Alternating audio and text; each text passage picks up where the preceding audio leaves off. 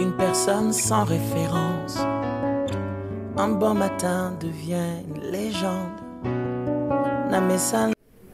Shalom à tous, chers, bienvenue dans cette émission. Nous sommes à Kingdom City, dans la ville de Houston, Texas. Donc aujourd'hui, nous avons encore ce privilège de parler avec l'apôtre des nations, l'évangéliste des nations de la Côte d'Ivoire. Soyez la bienvenue dans cette émission, maman. Merci beaucoup. Aujourd'hui, on a écouté cette parole qui a brisé les cœurs, qui a transformé les âmes aujourd'hui. Pourquoi tu as parlé aujourd'hui comme thème nous rencontrer? Nous devons nous préparer pour la rencontre de Jésus. Merci beaucoup. Bénis le nom du Seigneur pour Amen. cette opportunité Amen. que vous me donnez encore aujourd'hui. Amen. Je pense que au-delà de tout ce qu'on recherche aujourd'hui dans la maison de Dieu, ça doit être le premier but du chrétien. Ouais. La rencontre avec le Seigneur Jésus. Ouais. Et c'est tellement important pour chaque enfant de Dieu. C'est vrai. Aujourd'hui à l'église, nous pouvons rechercher le bonheur. On peut rechercher l'argent. On peut rechercher le mariage. Ouais. On peut rechercher tout ce qu'on veut aujourd'hui comme bien-être. Ouais. Mais quand la parole de Dieu nous dit que servira-t-il un homme de gagner tout ce monde s'il perd son âme, ça interpelle. Ouais. Ça interpelle. Donc moi je me dis, la priorité pour un enfant de Dieu aujourd'hui, c'est de préparer sa rencontre avec le Seigneur, tout en cherchant l'argent, tout en cherchant le mariage. Ça doit être notre priorité. Parce qu'il dit en Matthieu 6,33, cherchez premièrement le royaume de Dieu et sa justice. Donc, je trouve que c'est un moyen d'interpeller l'Église aujourd'hui que nous devons revenir à ça. Parce que j'ai l'impression que nous courons vers des choses matériel sans chercher le Seigneur. C'est pour ça qu'aujourd'hui je voulais interpeller un cœur. Tu sais maman, on peut se rencontrer avec Jésus, on peut se rencontrer. Quand on parle de rencontre, il y a des rencontres et il y a des rencontres. Et ce type de rencontre que nous avons allé voir avec Jésus, ça c'est quel type de rencontre? C'est le jugement? C'est la rencontre solennelle. La rencontre solennelle avec le Seigneur Jésus. Parce qu'au-delà de tout, il y a un jugement qui nous attend.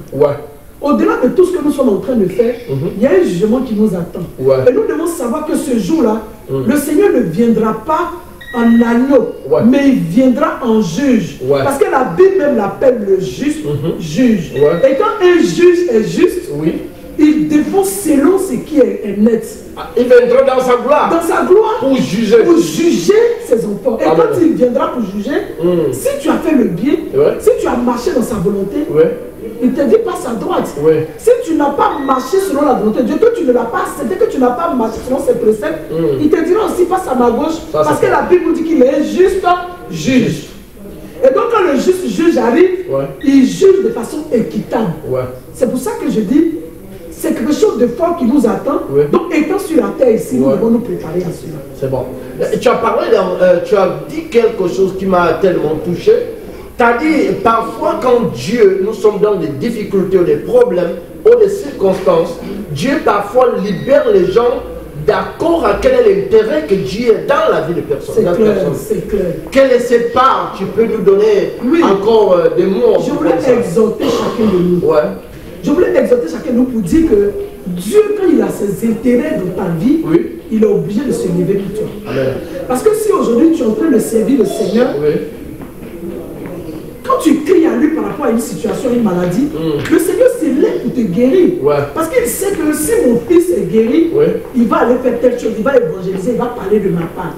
Mais si le Seigneur n'a pas d'intérêt en toi, il ne va pas juger utile même de te regarder et laisser quelqu'un d'autre qui est en train de l'appeler l'autre côté.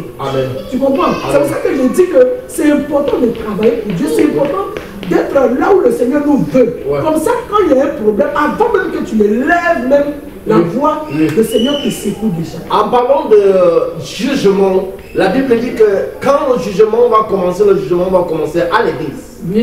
Qu'est-ce que tu as dit à propos de ça? Oui, c'est clair. Parce que c'est par nous, ces élus, nous, ces enfants, c'est par nous qui va commencer. Avant d'aller dehors. Donc c'est pour ça que ces genres de messages-là, nous devons les prêcher à l'église aujourd'hui. Nous devons interpeller la conscience des gens. C'est vrai, nous pouvons prêcher la prospérité. C'est bon. Tout enfant de Dieu doit être prospère. Moi, je le dis et je le prêche aussi. Sans oublier que la première des choses qu'on doit chercher, c'est notre âme.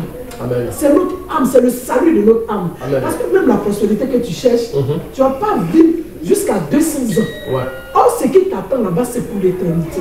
Donc, même en cherchant l'argent, prépare-toi à la rencontre de ton Dieu. Merci maman pour cette interview. Tu as quelque chose, un mot à dire à tous ces gens pour lui donner le courage. Oui, je veux profiter de ce micro pour encourager chacun de nous.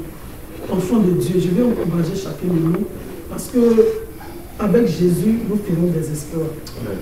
Aujourd'hui, si je suis assise là, moi je dis que Dieu est fort, il est tout puissant. Et si le Seigneur a décidé quelque chose dans ta vie, cela arrivera. Ce n'est pas parce que tu es dans des difficultés que tu vas lâcher la main de Dieu. Ce n'est pas parce que tu traverses une période que tu vas lâcher la main de Dieu. Ça peut être une formation même pour toi. Donc je vais exhorter chacun de nous ce soir à nous approcher véritablement du Seigneur, à le chercher en tout temps et en tout lieu. Parce qu'avec Jésus, on a toujours la solution à tout ce qu'on cherche.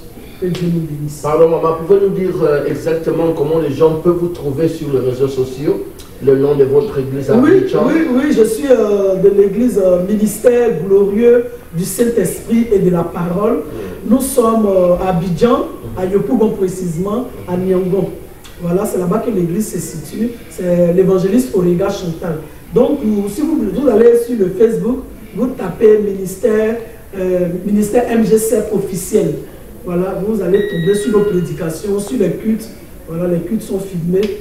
Voilà un peu comment on peut nous contacter. Et aussi appeler au 07 77 25 93 21. Merci.